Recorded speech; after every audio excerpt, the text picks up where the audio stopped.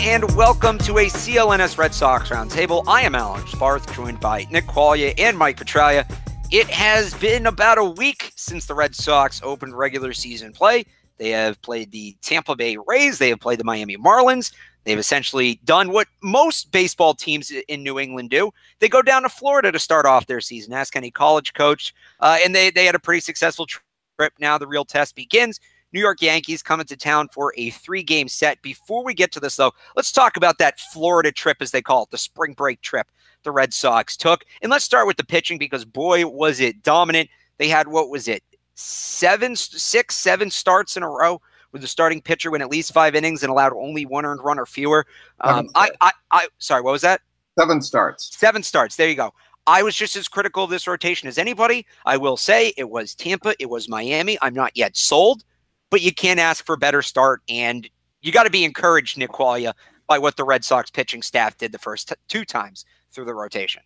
Oh, yeah. And part of the reason that I'm especially encouraged is because the first 5 pitchers that you went through with the rotation, 3 of them are your regulars. The 4th guy was Hector Velasquez. You're going to switch him out with Erod, who I've got a lot of faith in Erod going forward. And then number 5, Brian Johnson. Brian Johnson, I think, is a pretty big story with this Red Sox rotation because going into it, you know, you had Drew Pomeranz, you had Erod. You thought they were going to be your 4-5. You have to replace them, have a guy step up. And Brian Johnson's been a guy who's been in the Red Sox farm system for a while. And he inserted himself right in there, and he looked pretty damn good. Now, as for the rest of the rotation, it's almost, you know, we've had our roundtables before the season started. I was a big fan of these guys. I drafted David Price in my fantasy baseball season pretty damn early in the draft, and I'm pretty happy with the results so far. It was 14 innings right now, 0 earned runs. Look, the guy is on a trip to the Cy Young Award. Okay. Again, Tampa and Miami. I'll do this before we get to tracks because I heard you say something. I'll take my penance on David Price. He's been good to start the season. I was wrong to doubt him. He should not have been in the bullpen. But you just said you trusted Eduardo Rodriguez, who needed 92 pitches to get through. I'm with you, Alex. Innings. Nick, do you want to stand by that statement, or do you just want to say maybe you said the wrong name? I'm not going to back down. I'm going to trust him. I mean, 92 through 3 2/3. He might have started off a little slow. He's just coming back. That's over 30 pitches an inning. Oh, yes, I know the math, but going forward, just because that one game he had a little bit of a tough time, going forward, I think he's going to be just fine. We saw him shape up last year to a pitcher who, once he took the mound, you expected him last season to get a win or at least give the team, the Red Sox offense, a chance to win the game. I think he's going to do the same thing this year. He's just coming back from injury. He's going to get back into his groove, and I think he's going to be a damn good 4th starter. And by the time we're doing another roundtable in early July, I'm going to say the same thing. Hey, remember that round? First of all, we're going to do more roundtables. No, I know. I'm saying in early July, I'm going to be like, hey, remember that roundtable that we did in early April when I said I love Erod? Now he's pitching a sub-1 ERA. Just kidding. Sub-2 ERA. Sub-2 ERA for Erod. I'm all in on Erod this season. He's going to be a solid number 4 guy. All right, let's get Trags in here. Oh, my God. Seriously, man.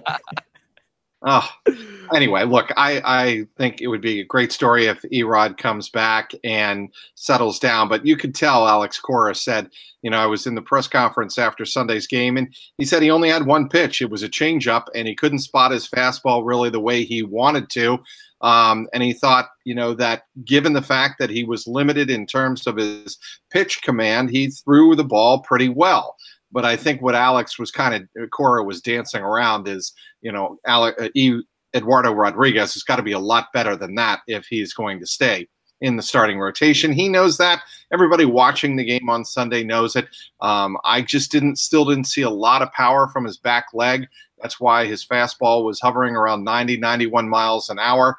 And he wasn't, you know, his motion, his pitching motion, even from the stretch, didn't look as fluid to me as it has in years past. And he's got to get that back, obviously. And he's got to get confidence in his knee back. And once those 2 things happen and he starts to really get the command of the 2 pitches, 2 or 3 pitches in his repertoire, his ERA will come down. But, you know, certainly I think Eduardo Rodriguez has got a long way to go in terms of David Price and obviously Chris Sale. You couldn't expect anything more. Watch Drew Pomerantz. He is a story worth monitoring. He is going to pitch on Friday for Double-A Portland after pitching on Sunday for Triple-A Pawtucket.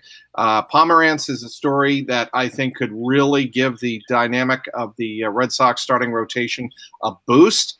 And I also think, to your point, Nick, Brian Johnson is another guy that could come in, a lefty who could provide a lot of depth in the rotation. I love Hector Velasquez. Love his arm. And I know he gave up a hit when he came into the game on Sunday, but he has one of the livest arms on that staff. And I love him as a starting pitcher and perhaps as a middle guy if he, gets bumped out of the rotation. But the Red Sox may wind up having a silver lining to that cloud. I love him in the bullpen. Sorry, Alex, but you just said Trags. I love Velasquez in the bullpen. I think he might be a secret weapon coming out if the starting pitcher kind of falls out early on in the game. I think he's going to be a secret weapon that this team is going to love. I can see that also. The Red Sox have a lot of options. It's going to keep pressure on a guy like Eduardo Rodriguez to pitch well, because if not, they can go to Brian Johnson or Hector Velasquez out of the bullpen. And, they have no shortage. Nick, that over under 10 starting pitchers used on the season, you took the under on. That's not looking too good right now, is it? One more thing I want to touch on here. Another big storyline of the first week, and we're kind of getting into the concerns of week one. And, of course, with the Red Sox, only in Boston could the team start 8-1 with concerns. And one of the biggest concerns in history, franchise history. But there are still concerns. Maybe the biggest comes with the big offseason acquisition. That's JD Martinez. He's been a disaster in the field. He's hitting under 250. Guys, is this another Carl Crawford situation, or is it just taking him some time? I'm going to say it's taking him some time. It was big for him to get that home run on Saturday against Tampa Bay.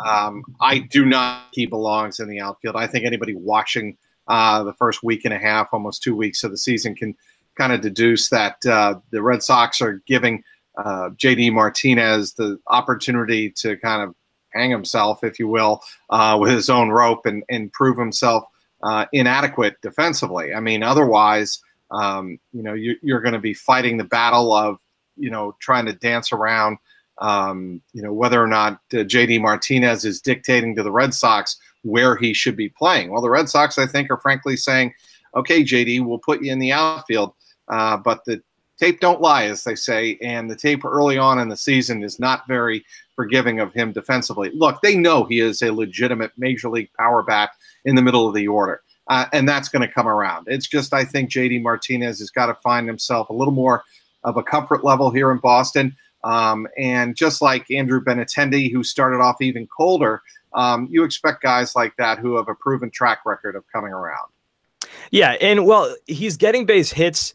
It's just not the home runs that that Red Sox fans thought they were going to get out of JD Martinez. I mean, it's only a week and a half, though. I mean, yeah, no, exactly. I'm with you. Take the foot off the gas a little bit. Yeah, and my favorite defensive play so far on the year was, I mean, other than Xander Bogaerts getting hurt on the play, was the ball comes off the monster, hits JD Martinez in the chest. It was like he never played in left field before.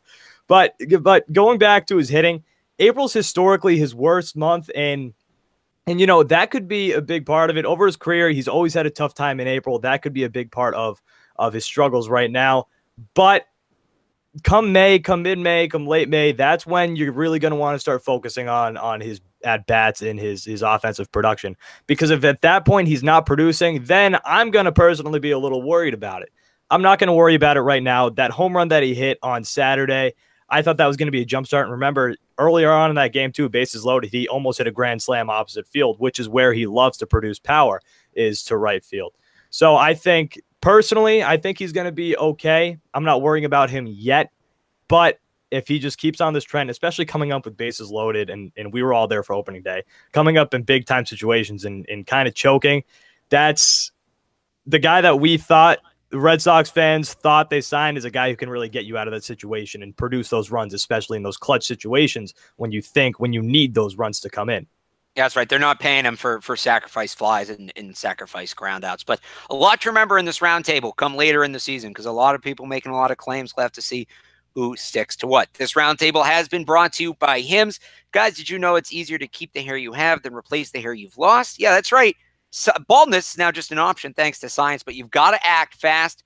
So go to forhims.com. That's forhims.com/reports for a $5 trial while supplies last. For more Red Sox coverage, follow us on Twitter at Red Sox CLNS. You can also check out CLNS Media online at clnsmedia.com. For Mike Petraglia and Nick Quaglia, my name's Alex Barth. Thanks for watching. We'll see you on the next one.